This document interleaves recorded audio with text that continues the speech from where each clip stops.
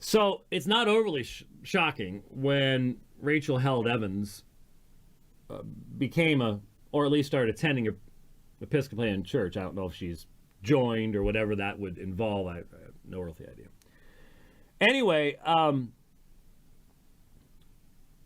she it was like watching a car accident, in slow motion. There's a reason why there are so many videos on YouTube of, I don't know, the real popular ones like trains hitting vehicles that do stupid things at crossings and try to get through the bars or stop on the tracks because they were dumb or something. And then they'll slow it down, and that's what it was sort of like watching Rachel Held Evans when she was pretending to be some type of an evangelical. Everybody could tell that her commitment to Scripture, her fundamental and foundational beliefs were way out of whack long ago.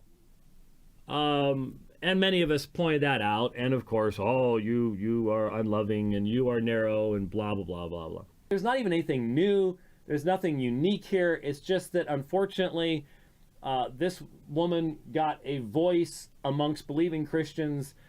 This is the wolf who, having consumed sufficient sheep, has gotten tired of wearing the wolf clothing and has taken the wolf clothing off and is sitting over amongst the wolves now.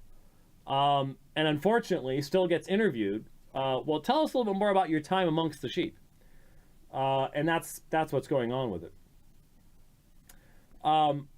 Most of my gay and lesbian friends recall feeling different from a young age. Notice even she says most. I don't think it's most. I think it's a small percentage that can look you in the eye and say, I've always had a same-sex attraction. The vast majority, it is because of what happened to them, sinful realities in their own past. Some, a lot due to abuse and the sin of others, but a lot due to their own sinful rebellion. And all of us can say, well, I experienced this when I was younger, or that when I was younger. Okay. And when you're told that you can use those things as excuses to blame everybody else and to then be an excuse for your own rebellious behavior, well, anyway. Frightened at the prospect of being disowned from their families and cast out of their churches because of something they simply could not change or did not want to change. Efforts intended to reverse sexual orientation through prayer and counseling, once popular within evangelicalism, have proven not only ineffective but destructive, leading to multiple apologies from former leaders of those movements. We've looked at these particular individuals, and of course, again, she's just shilling for the movement. She's just a full-blown gay advocate. Am I really supposed to believe that the overwhelming majority of people to have lived on this earth never even had a chance at salvation? And that was it, and everything fell apart. So that was, and then it became, what about evolution? What about science? What about gender and sexuality? Like, once you have that one question, like, I completely believe in the slippery slope. Sometimes it leads you to some good places. I totally went down the slippery slope of doubt. Like, I was questioning everything.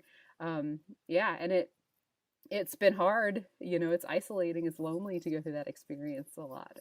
But it's also been pretty powerful too, and good.